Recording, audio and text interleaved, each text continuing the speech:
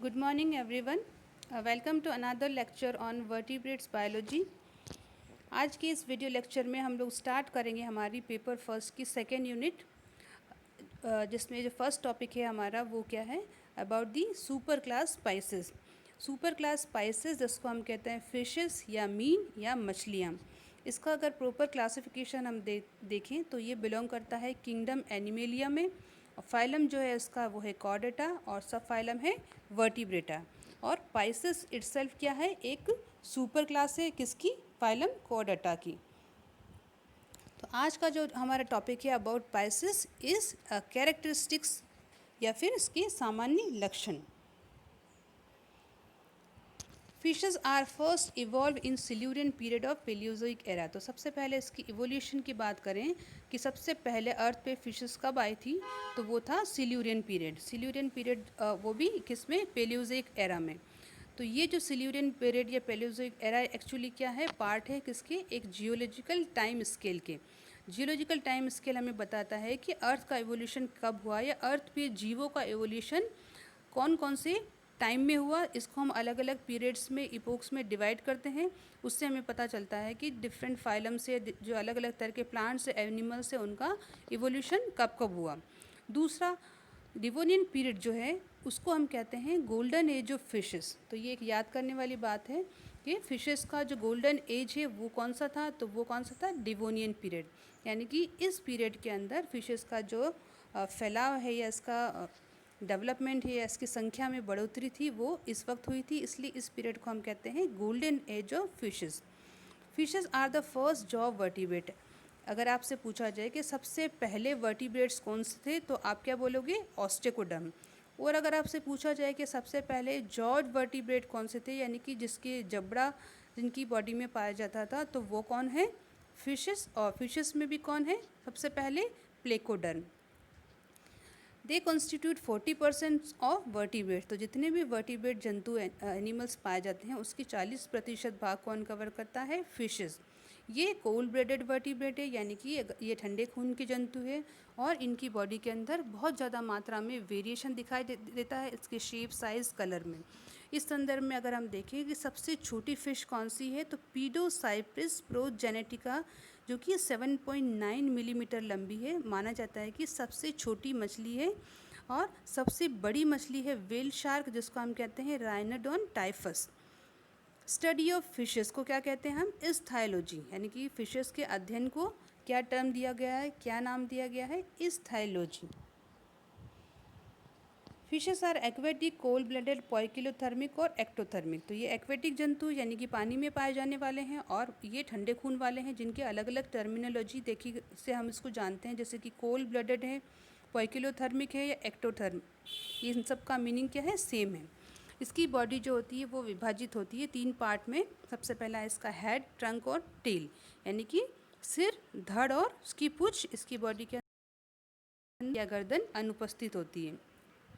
इसकी बॉडी का जो शेप है वो कैसा है, स्पिंडल शेप्ड। स्पिंडल का मतलब होता है कि वो आगे और पीछे से पॉइंटेड और नुकीला और बीच से चौड़ा। इस तरह की बॉडी को हम कहते हैं स्ट्रीमलाइन बॉडी, और ये हेल्प करती है इसकी किसमें, स्विमिंग में या तैरने में। इसकी स्किन के ऊपर म्यूकस ग्लैंड पाई जाती है, जिसको जो कि किस प्रकार की है, मल्टी सेल्यूलर या बहुकोशिकीय। यानी कि अब तक वर्टिब्रेट्स का हम शुरू से अध्ययन कर रहे हैं, तो फिशेस ऐसे जंतु हैं जिसमें सबसे पहली बार मल्टी सेल्यूलर ग्लैंड्स पाई गई हैं, और वो किस तरह की है, म्यूकस टाइप की, जो किसका काम करती है, लुब्रिकेशन का। और म्यूकस ग्लैंड को हिंदी में हम कहते हैं बलगम ग्रंथि। इससे पहले के लेक्चर में हर्डमानिया का जब हमने डाइजेस्टिव सिस्टम पढ़ा था, तो वहाँ मैंने म्यूकस ग्लैंड को श्लेष्मा ग्रंथि बताया था, तो प्लीज़ आप इसको करेक्ट करें। म्यूकस ग्लैंड का मतलब होता है बलगम ग्रंथि। अब अगर बात करते हैं इसके बॉडी के अंदर पाए जाने वाले इंटरनल और एक्सटर्नल स्केलेटन की, यानी कि आंतरिक व बाह्य कंकाल की, तो वो किस तरह के हैं। तो जनरली आपने फिशेस देखी होंगी, तो उसकी बॉडी पे अलग अलग टाइप के शल्क या शेल पाए जाते हैं, जिसको हम कहते हैं स्केल्स। और इसका ओरिजिन यानी कि इसकी उत्पत्ति कहाँ से है, डर्मिस से। यानी स्किन के जो डर्मिस पार्ट से इसकी उत्पत्ति है, इपिडर्मिस में से नहीं है, इसलिए हम इसको कहते हैं डर्मल स्केल्स या फिर बोनी प्लेट्स। और एंडोस्केलेटन किस तरह का, या तो हड्डियों से बना है, बोन से बना है, या फिर कार्टिलेज से बना है। वर्टिब्री किस प्रकार की है इसके अंदर, एम्फीसिलस टाइप की, जो कि आप ओस्टियोलॉजी पढ़ोगे तब आप जानोगे कि what do you mean by amphicoelous. Next इसकी बॉडी में रिब्स प्रेजेंट होती है। अब अगर हम बात करें कि इसकी बॉडी के अंदर जो तैरने के लिए फिन्स पाए जाते हैं वो कितने प्रकार के हैं, तो इसमें जनरली 5 प्रकार के फिन्स पाए जाते हैं, पेक्टोरल, पेल्विक, डॉर्सल, एनल और कॉडल। इसमें इम्पॉर्टेंट बात देखने वाली ये है कि जो पेक्टोरल और पेल्विक फिन है वो कैसे हैं, सपोर्ट पेयर्ड फिन, यानी कि वो उसकी बॉडी को सपोर्ट कर रहे हैं और कैसे हैं, जोड़ी में। दूसरा है डॉर्सल, एनल और कॉडल फिन, वो कैसे हैं, अनपेयर्ड, यानी कि जोड़ी में नहीं मौजूद हैं। एक्सटर्नल नॉस्ट्रिल्स, यानी कि इसकी नाक जो है उसकी बॉडी की वो कहाँ है, पेयर्ड है, यानी कि जोड़ी में है, और ओपन कहाँ हो रही, एक तरह के ब्लाइंड सेक के अंदर। इस डायग्राम में आप देख सकते हैं कि टाइप ऑफ फिन्स किस तरह से आप दिखाए गए हैं इस इमेज में। तो सबसे पहले हमने टाइप ऑफ फिन्स देखा है वो कैसा है, आगे से स्टार्ट करेंगे। जो ऊपर की साइड में इसकी बॉडी में है वो क्या है, डॉर्सल फिन, और इसका फंक्शन क्या है, बैलेंस और स्टेइंग अपराइट, यानी कि इसकी बॉडी को बैलेंस करने के लिए कौन सा फिन काम आता है, डॉर्सल फिन। दूसरा इसका आता है जो इसकी पूंछ में लगा है उसको हम कहते हैं कॉडल फिन, और कॉडल फिन को हम टेल फिन भी कहते हैं। इसका वर्क या फंक्शन क्या है, फॉरवर्ड मूवमेंट, या शरीर को आगे की तरह तैरने के लिए या धक्का देने में कौन हेल्प करता है, कॉडल फिन। नेक्स्ट हम देख रहे हैं यहाँ पे आगे की साइड में जो है वो क्या है, पेक्टोरल फिन। पेक्टोरल फिन कैसा है, पेयर्ड है, जोड़ी के अंदर है। नेक्स्ट आ रहा है इसके पीछे पेल्विक फिन। अब पेक्टोरल और पेल्विक दोनों किस काम आते हैं, इसको बॉडी को स्विमिंग करने के लिए, तैरने के लिए, जो दोनों साइड में एक्चुअल फिन है, जिस तरह की हम दोनों हाथों को हिलाकर तैरते हैं, तो दोनों आसपास के फिन किस में हेल्प करते हैं, तैरने के लिए। और लास्ट में आप दिख रहे हैं नीचे के साइड ये क्या है, इसका एनल फिन है। तो एनल फिन जनरली किस काम के आता है, इसका बैलेंस के अंदर। एनल फिन को हम वेंट्रल फिन भी कहते हैं। नेक्स्ट आता है कि इसकी बॉडी में हमने देखा कि एक्सटर्नल स्केलेटन जो है वो किसका बना है, स्केल्स का। तो स्केल्स जो होते हैं इसकी बॉडी में कई तरह से पाए जाते हैं, डिपेंड्स ऑन कि कौन सी फिश है। तो ये जनरली किस किस टाइप के हैं, उनको अलग अलग हम नाम दिया गया है, जैसे कि है placoid scale, cycloid scale, ctenoid scale और गैनोइड स्केल।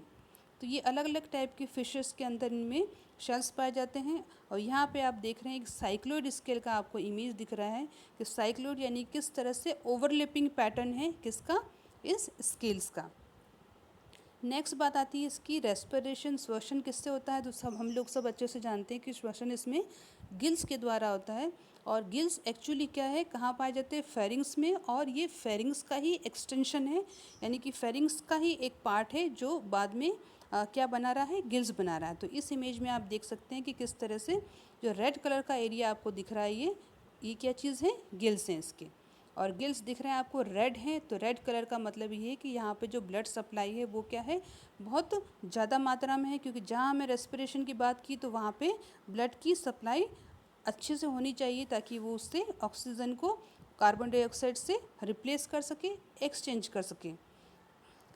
नेक्स्ट इंपॉर्टेंट बात कि जितनी भी इलास्मो ब्रांच फिशेज यानी कि कार्टिलेजिनस फिशेज हैं उसके अंदर कोई ओपरकुलम नहीं पाया जाता गिल के ऊपर, यानी कि एक तरह से देखा जाए तो गिल का एक कवर। जबकि जो बोनी फिशेस है यानी कि जो भी जिनकी बॉडी में हड्डियां पाई जाती है, बोन्स पाई जाती है, तो उनकी बॉडी के अंदर इस इमेज में आप देख रहे हैं कि गिल्स के ऊपर एक कवर या जिसको हम कहते हैं ओपरकुलम पाया जाता है। इसकी बॉडी के अंदर 1 पेयर ऑफ आइज़ मिलती है, यानी कि आइज़ जो होती है इसकी आँखें वेल डेवलप होती है और इसका मतलब ये देख सकती है। दूसरा, बॉडी की लेटरल साइड्स के अंदर लेटरल लाइन सेंस ऑर्गन पाया जाता है जो किस काम आता है, वाटर के अंदर जो प्रेशर का चेंज होता है उसको डिटेक्ट करने के लिए फिशेस के अंदर क्या पाया जाता है, लेटरल लाइन सेंस ऑर्गन। तो इस बात को आप नोट करें कि बॉडी की लेटरल साइड में आपको एक लाइन जैसा स्ट्रक्चर इसमें दिखता है, उसको हम बोलते हैं लेटरल लाइन सेंस सिस्टम, और ये हेल्प करता है किसमें, प्रेशर चेंज को डिटेक्ट करने में।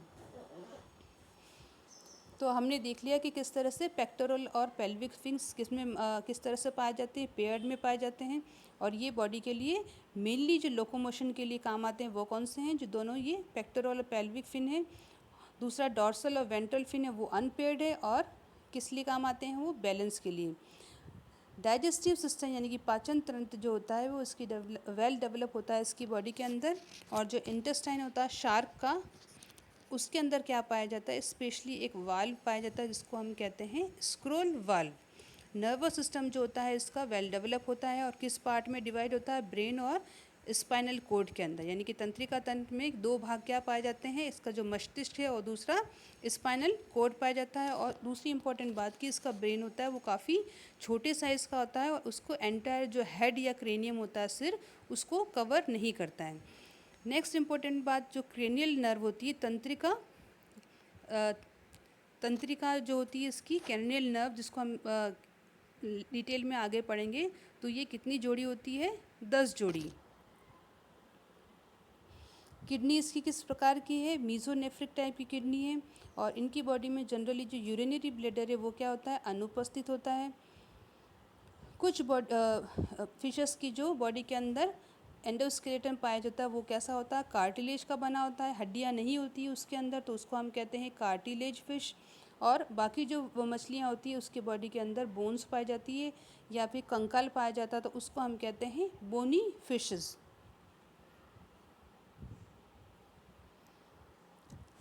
स्पेशल बात अगर हम इनकी रिप्रोडक्टिव सिस्टम में देखें तो इसके अंदर जो मेल फीमेल होते हैं वो अलग अलग होते हैं। हर्माफ्रोडाइट फॉर्म्स इसमें कम मिलते हैं, इसलिए हम कहते हैं कि इसमें जो सेक्स हैं वो क्या है, सेपरेट है।